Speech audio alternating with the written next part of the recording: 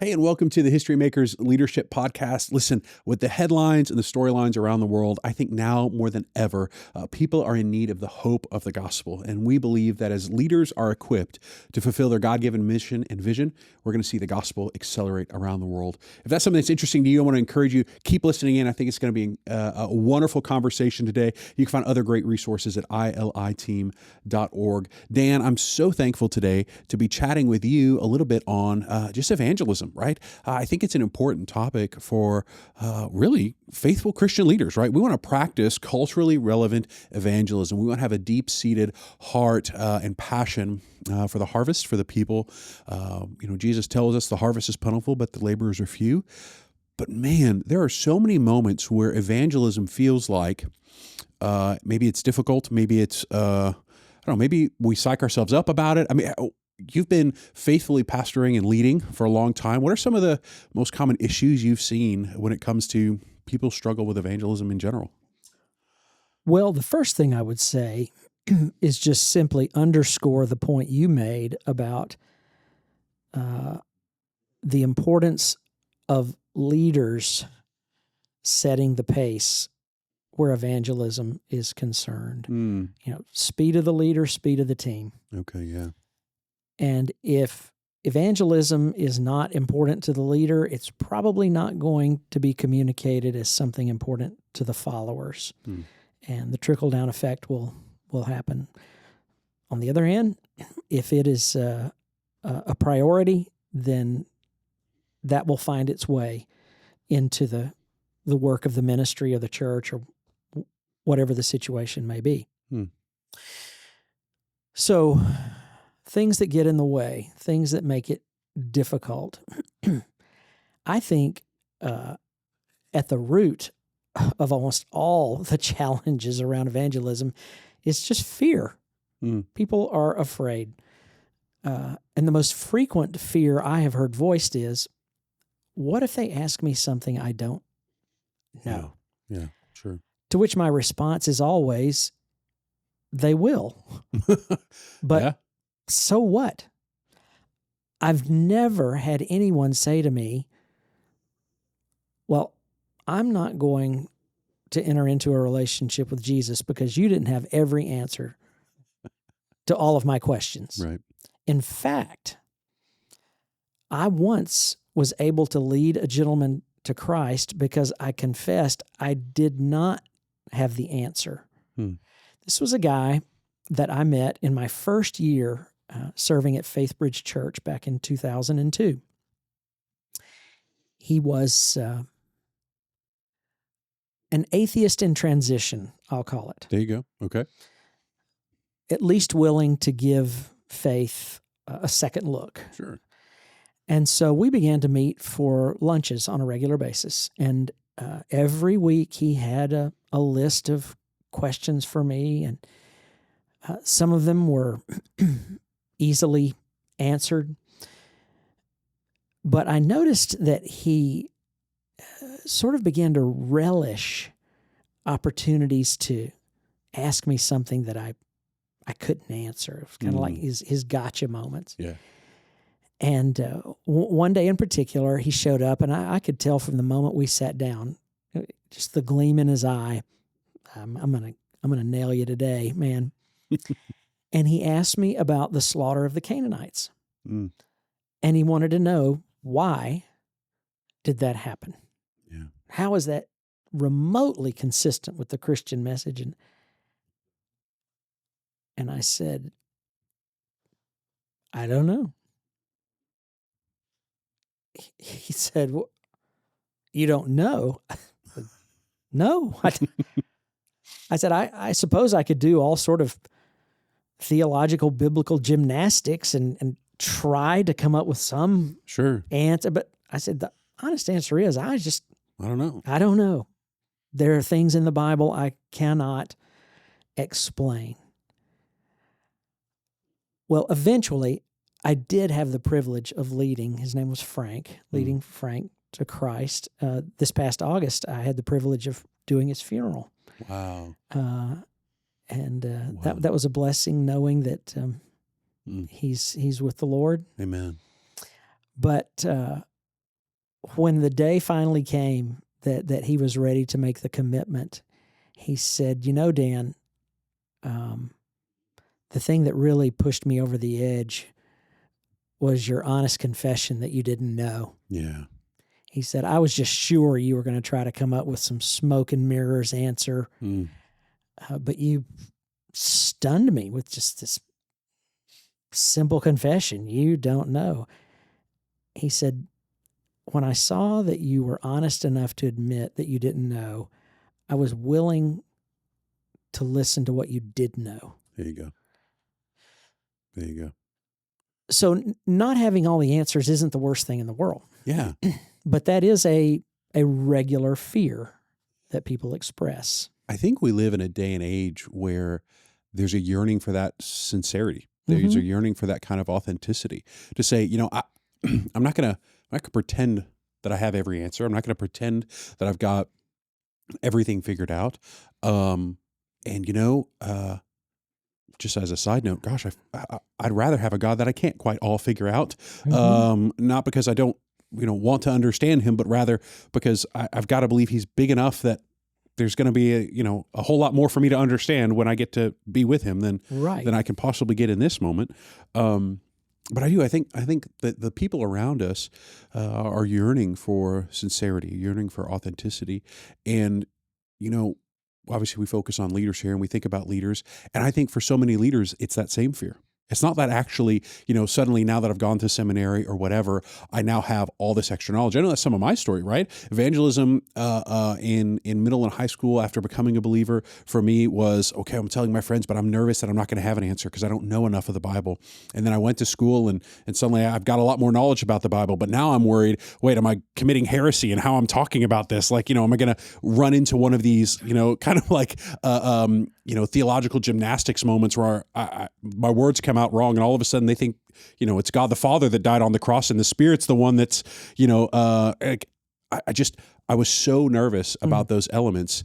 And I think for us to see a church that is alive and vibrant and rejoicing in their salvation, such that they rejoice with others, I think you're right. I think it's going to be a leader who has enough humility to say exactly like you did, that example of saying, you know what, gosh, I don't know. And that's okay. Like we can try and investigate these things. We can try and look at these things. We can try and understand these things together. But I think for a lot of leaders out there is that still, kind of intrinsic fear that, well, I'm the pastor, I'm supposed to know, or I'm the leader, I'm supposed to know. And so, how do we overcome some of that? I mean, is it just, well, get over yourself, or like, how do we get past that? Well, I'm sure there is a degree of getting over yourself and realizing, hey, this isn't about you. Yeah. But there's a more practical answer too. I typically tell people, you don't need to know everything, but you do need to know some things. Okay. And I would put at the top of the list, you need to know the basics of your faith. You should be able to tell people in very simple terms, this is what Christianity is. You don't need to go into a dissertation, deal with theological fine points. Right. And I tell folks, the Apostles' Creed is a great place to start soaking your brain in to get a grasp on because it in a paragraph, boom, there it is. So at a minimum, you need to know that. And then the second thing you need to know is your own story. There you go. You need to be able to articulate, this is why I'm a believer. And I usually give people a very familiar pattern. You've probably heard it along the way. Your testimony needs to be your life before Jesus. Okay. How you came to know Jesus. Okay. And how has your life been different? If you can answer those three questions, you've got a testimony. There you go. Most people have never sat down and thought through that. Yeah. They just have been living life, But if you're going to talk to someone else about your faith, you need to understand the objective side of it. This is what Christianity is. Right. But you also need to be able to speak about the subjective side. This is my story. There you go. And the nature of the story does not matter, whether you were, a derelict in the ditch or someone who accepted Jesus at 4 years old. Sure. Totally. Again, I have never had anyone say to me, well, I'm not going to accept Jesus because you weren't a drug addict, or you didn't overcome some horrendous. Right.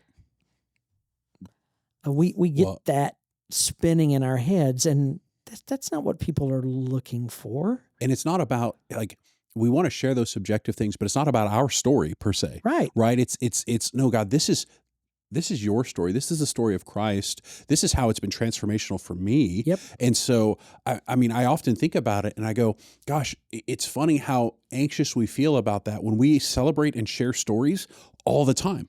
I mean, that's what we do as people, is we celebrate and share stories. It is the human condition to celebrate looking for others. There's this funny meme or clip I've seen where a group of guys were challenged by their wives to watch a soccer game without making a single noise. Okay. And so all you have is this clip of 5 guys sitting on the couch, and all of a sudden they all just jump up and they're shaking with all of their might, high five, trying to do whatever they can to celebrate without making noise. It's part of the human story to find the completion of joy, celebration in community with someone else. And when I think about sharing the story of Jesus and sharing my story of Jesus, it's, hey, I'm not sitting here trying to, I don't know. Sometimes I struggle, and tell me if you think this is wrong of me, or maybe just more a reflection of maybe even some of my, doctrinal or theological uniques. I struggle sometimes with even that word win. I'm trying to win you here. I'm trying to, drag you into this thing rather than just going, man, Jesus is so I just want to tell you what my life has been like, because this is the moment I met Jesus. Yeah. And before this, man, I was freaking out. I didn't know what was going to happen, but I was sitting in the back of my mom's car. I said, God, I know I'm going to need somebody to make through the rest of life. Mom's sick, brother's going to college, dad is dead. I've got to figure something out. Right. God, I'm going to need you. I don't know where else to turn. Okay, now post that moment, here's how God has consistently demonstrated himself in my own life, the transformation it's caused in my own heart. That's just me celebrating that transition. So anyway, what do you think about maybe some of my own hangups sometimes with that word win, or does that kind of add or kind of put the thumb on the scale for that tension or fear we feel? Well, on the one hand, you know what somebody means when they say, I won a person. That's true. But on the other hand, I think it is a very unfortunate word choice, because winning connotes competition. Ooh, yeah. You're competing, and winning, you want more wins than losses. And so you're putting yourself under this pressure. And who's the opponent in that? I heard about a church staff at a very large church. If I mentioned it, you would recognize it, where every week at the weekly staff meeting, the senior pastor went around the table and asked staff member, who did you win to Christ this week? Every week. Wow. That talk about a pressure. Pressure, yes. Yeah. And when I heard that story, I thought, did Jesus even remotely do anything? When he sent them out by twos, when they came back, did he have a chart and a graph that he sat down? Oh, I'm sorry. Wow. You are it. Now you on the other hand. No, that's not the objective. And then winning too connotes I won this person. Yeah. You're making it about yourself. I think a much more helpful approach is the relational aspect, the witnessing aspect. That's what we're called to be, witnesses. Yeah. Simply telling someone else, this is what happened to me. That's right. Jesus said, go and be my witnesses. not go and be a soul winner. That's a very Americanized approach, I think, to evangelism. I often think of a story. This is from one of our brothers in the Middle East, and he described it this way. He said, what we do is we actually begin our process of evangelism. He said, we begin by teaching them the Lord's Prayer, right? He said, we're just going to teach you to pray. We say, hey, we've learned a new way to pray. Can we teach you? They say, yes. He said, then we start teaching them the Sermon on the Mount. We just give them each little piece, bit by bit, right? Blessed are. Mm-hmm. You are light on the world. You are salt. You walk through those things. And then after a year of walking through, right, Matthew 5, 6, 7, he said, then we say, hey, by the way, all of these teachings that you've begun to hear and see and live, these are the teachings of Jesus of Nazareth. Here's how he transformed my life. Here's how he's transforming your life as you see the truth of these things. Mm-hmm. And all of a sudden, you've got people's hearts prepared to kind of receive that with greater openness. And I think you're right. I think sometimes, I love our brothers and sisters in the business, in the marketplace. I don't disparage them. We have adopted some of those mentalities and techniques above biblical calls, commands, and structures, right? Because you're right. Jesus called us to be witnesses, to provide testimony, right? Somebody who's testifying to something is simply telling the story of what they've seen and heard, right? And that's a very different thing from winning the case, absolutely, in some kind of a legal context. When I begin to work with someone in the area of evangelism or teach an evangelism class, the primary emphasis for me throughout the entire experience is a focus on relationship. Mm. You're asking a person to make the most significant decision of their life. Yes.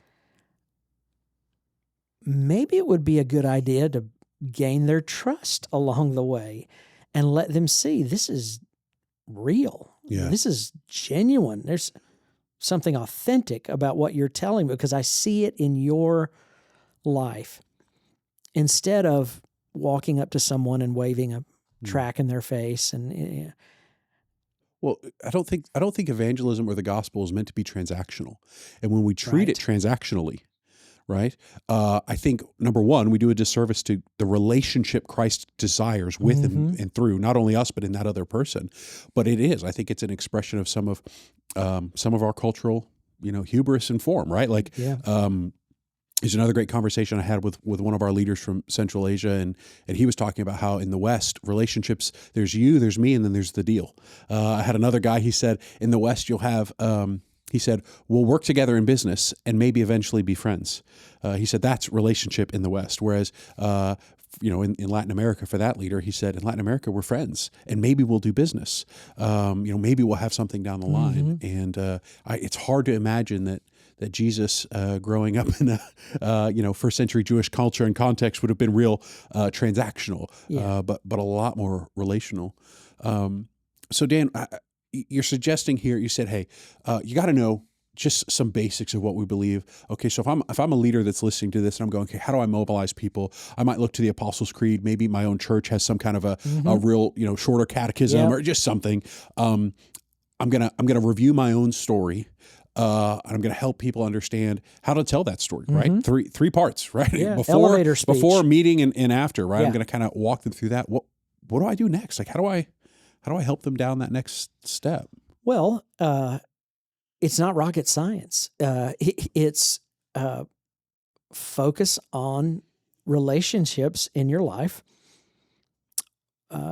with people who are not a part of the kingdom. Some years ago, I realized that as a pastor, I was living in a very antiseptic environment. I'm at the church umpteen days a month. And I was not out and about among unsaved people. Yeah. And so I very purposefully joined a gym. There you go. I needed to. It was good for my health. Sure. I need to go back. But the primary reason was to get out into the community and to get to know people. Yeah. I was a member of that gym for about 6 years. And during that time, I had the opportunity to walk with 3 people into a relationship with Amen. Praise Jesus. And as thankful as I am for that, honestly, the most enjoyable aspect was making new friends. Yeah. Really, I looked forward to being with these people. Yeah. And though we have since moved from Texas to North Carolina, and I don't know if I'll ever have a chance to interact with them again Sure. or not, I still count them among my friends. Yeah. And would love to see them at any time. Yeah. Even the ones that I didn't necessarily lead to Jesus. Mm. I hope that I was able, as one person said to me years ago, it was some time before they found out that I was a pastor. And they said, wow, the thing I appreciate about you, Dan, is even though you're a pastor, you're not weird. Well, he must not have known you that well, Dan. I guess. I said, Just. well, thanks. You know, Yeah. people do have caricatures of what pastors certainly and Christians in general. Yeah. And I've sort of made it my mission to erase those and let people see, no, we're just normal folks just like everybody else. We just happen to have entered into a relationship that has fundamentally changed our lives, not only for now, but for all of eternity. Amen. I find that to be a much, much more successful approach. So you need to know the basics of your belief. You need to know your story, and you need to be among unsaved people. I know that challenge of that, right? I mean, obviously we serve here at ILI. I mean, I'm very active in my church, and gosh, it can be really difficult. And I know, I'm just kind of picturing the average pastor in the U.S. today, and I know we've got an audience that's much, much broader than that. But if you've got 120 people in your congregation, right, you're leading that congregation, really as the sole full-time person trying to lead that. Man, there's so many calls and pushes and pressures on your time. There's so many programs, so many events. We're recording this just post Easter a little bit. So Easter, there's all these things that are happening before, and now you're trying to do all this follow up, and you got Mother's Day around the corner. And how on earth is it as simple as just making it a priority to get out there? I mean, how do you make that a, it's that simple? It is. You just have to decide this matters. Therefore, I am going. We do the things we really want to do. There you go. Whatever we find ourselves drifting to on a regular basis, that's really what we want to do with our time and our resources and whatever else we have. Well, this is something that we have been commanded to do. It's not optional for us. I appreciate the fact that Jesus stopped with the command. He did not then go on to give a formula. Sure. Because Jesus understood the thousands of cultures that would come into existence, and the different approaches. He just, this is the task. I want you to go do it. Yeah. And so I think it is incumbent upon an individual to own that responsibility. Yeah. Can't shuffle that off on the pastor or the evangelism committee or whatever the case may be. No, this is part of what it means to be a Christ follower, to tell other people about him. And it's as simple as deciding I will prioritize this. I will make this a focal point of my life. Well, and again, it comes back to what you said at the beginning. Hey, as the leader, you set that tone, you set that example.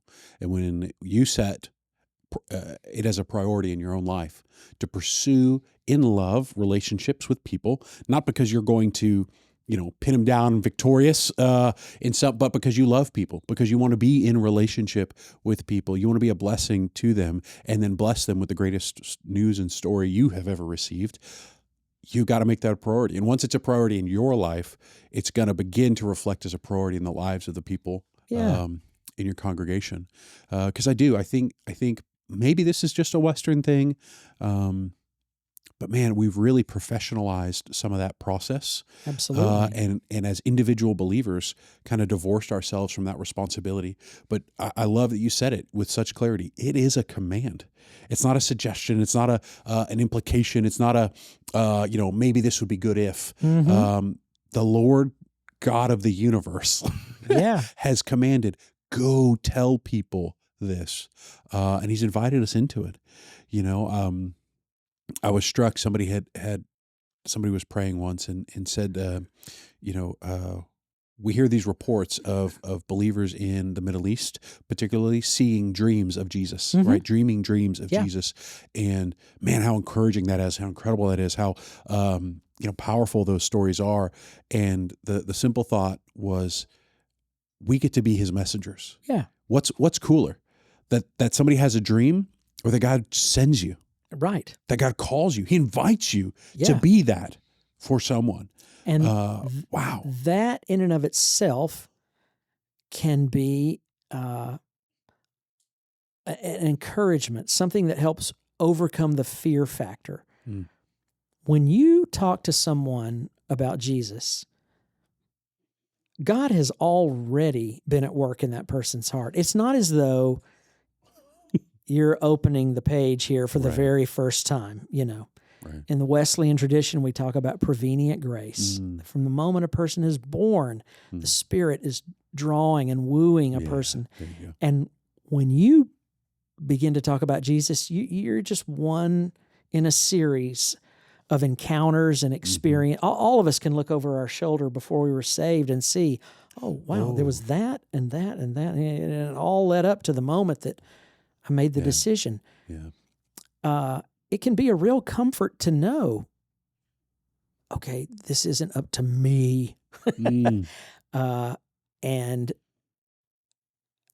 God is already working in the person's heart, and I just have a small role to play here, whether it's articulating the gospel for the first time in such a way that the person can hear it and understand it, or if I get to be the person that closes the deal, right, so to speak, or anywhere on that continuum.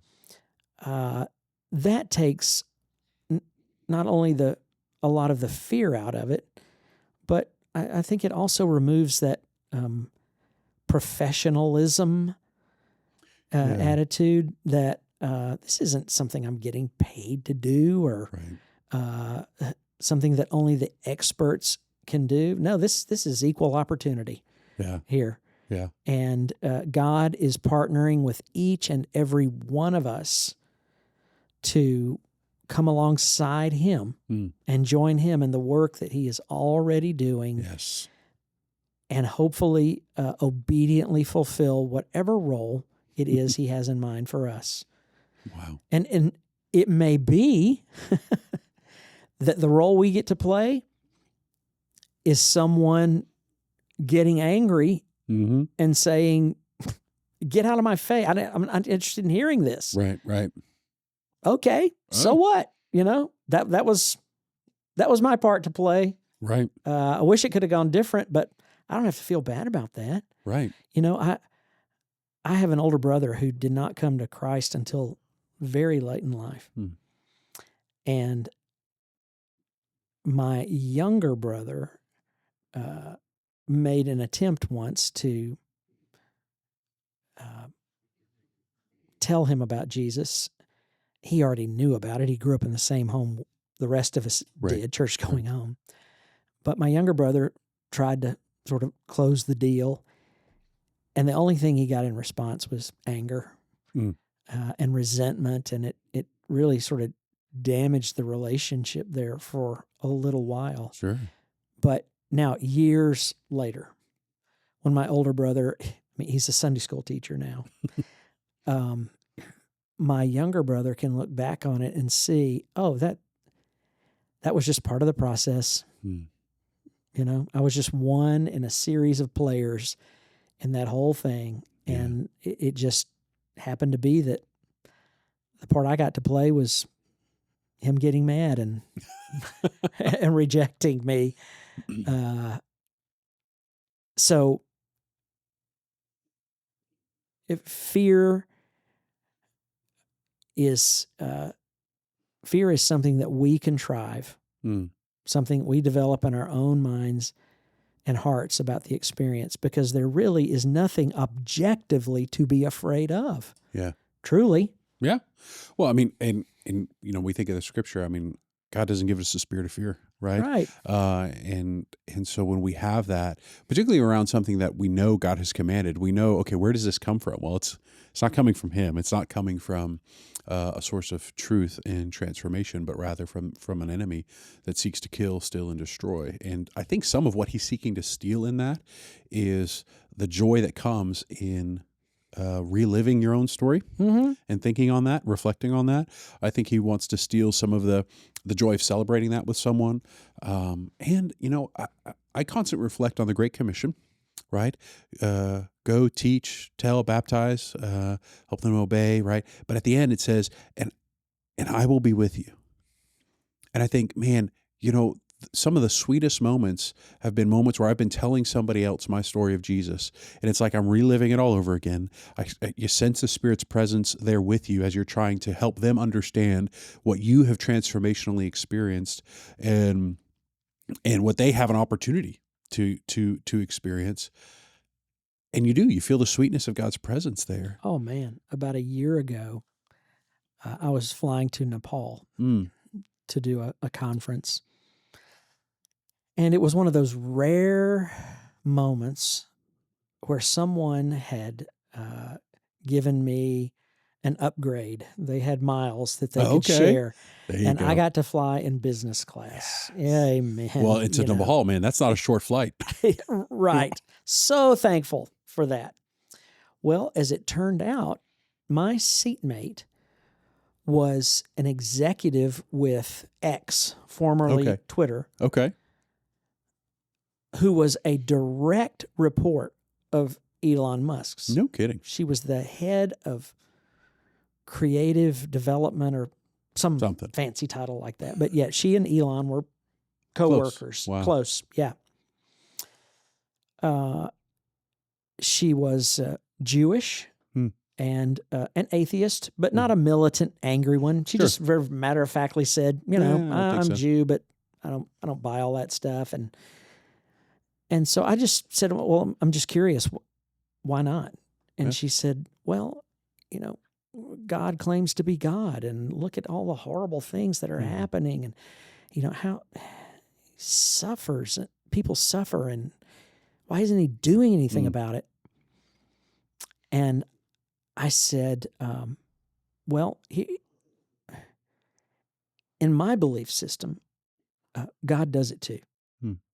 He doesn't exempt himself from the suffering. And to my complete surprise, and hers too, she began to weep. No kidding. Started to cry. I mean, not bawling, but just tears. I mean, clearly overwhelmed. Getting emotional, yeah. Wow. And I didn't pounce on that. You know, I just kind of... And she said, that is so beautiful. I have never heard that before. I've never thought about that before. And then she composed herself and said, thank you for telling me that. You've really given me something to think about. God was already working. At work. And God was already working on me, because I got that line, God does it too, from Stephen Colbert. No kidding. Yes. Oh my goodness. There is a fantastic interview between Stephen Colbert and Anderson, the CNN. Anderson Cooper? Anderson Cooper, thank you. Anderson Cooper was dealing with his grief over the loss of his mother. And Colbert has been very open about his grief experience when he was a boy, he lost his dad and two of his brothers in a plane crash. Yeah. And so Anderson was interviewing him and talking about death, and at one point he says to Stephen, "So you're a Christian?" And they kind of went into that. How does God? And Colbert said, "Well, here's the thing. God does it too." He said it just like that. And Cooper began to cry, just like this woman. No kidding. Did. Yeah. He looked at Colbert and said, "You really believe that?" Yeah. And Colbert said, "Yeah, I do. I do." Wow. So not only had God been getting this Jewish woman ready, he'd been getting me ready, too, to say something that I would not have thought of on my own. I'm not Stephen Colbert, but it touched her heart in a way that apparently any encounter with a Christian prior never had done before. I have no earthly idea what has happened to her since. Sure. But God is still at work. He is. And I think you're right. I think sometimes it's that realization or that willingness to say, I don't know. I don't necessarily have to know. This is faithfulness to that command in a moment. And it's a heart that's prepared. And I'm just stepping into the preparation that God has already done and is already doing. So Dan, I think it's important, and it's, I guess it is a transformational thing when God allows us to be a part of that process, to see ourselves in it, to participate in it, and to, again, even personally reflect. I remember when you first shared that story, thinking, even myself, man, you never know what somebody's coming to you with. You don't know what suffering or sorrow, what joy or celebration. We just don't know where they're coming from. But the good news of the gospel is for our salvation. It's for our restoration. It's for our relationship with God. And woven throughout all of that is this story of the God-man Jesus, who did live, who was here, who lost friends, who saw evil and wickedness, who celebrated and danced at a wedding, who had a life. And I think for so many who have lost sight of that, or maybe missed that, we're missing that opportunity to help people see that that God isn't this kind of far off, intangible, unrelatable, powerless, nothing entity, but rather the one who came and lived and died and rose. And man, there's something sweet to that. And certainly in the Western context, I think we have a people, and some of the statistics are showing that in the next generation too, but there's a people that are yearning to see there is something bigger than all this. And if we can just get past ourselves and give them the opportunity to choose, to decide. How great is that God invites us to be a part of the process? Yeah. Man, that's beautiful. Well, Dan, thank you so much for kind of helping us think through and talk through a little bit on this. Leader, if you're out there, I want to encourage you, I want to invite you actually to mobilize people to share this greatest news. And the best way I think we can do it is doing it ourselves. Let's be men and women who are faithful to share this hope, this news, because we love people, because we want to celebrate, because we want to be in relationship to them. And following Christ, his story in our life, we can't relate to people without that coming up, because it's part of who we are. It's part of our identity and being. And I think we'll find greater joy and fulfillment there. Thank you so much for taking a listen. Listen, if you want to support these kinds of initiatives, if you want to help us connect and serve Christian leaders, do us a favor: like, subscribe, comment, do something like that. It helps us to hear from you, helps the algorithms to kind of work in our favor a little bit. But above all, I just want to thank you so much for your prayers and for the good kingdom work that you're doing and that God's calling you to. We pray that it's fruitful and the kingdom advances and God is glorified.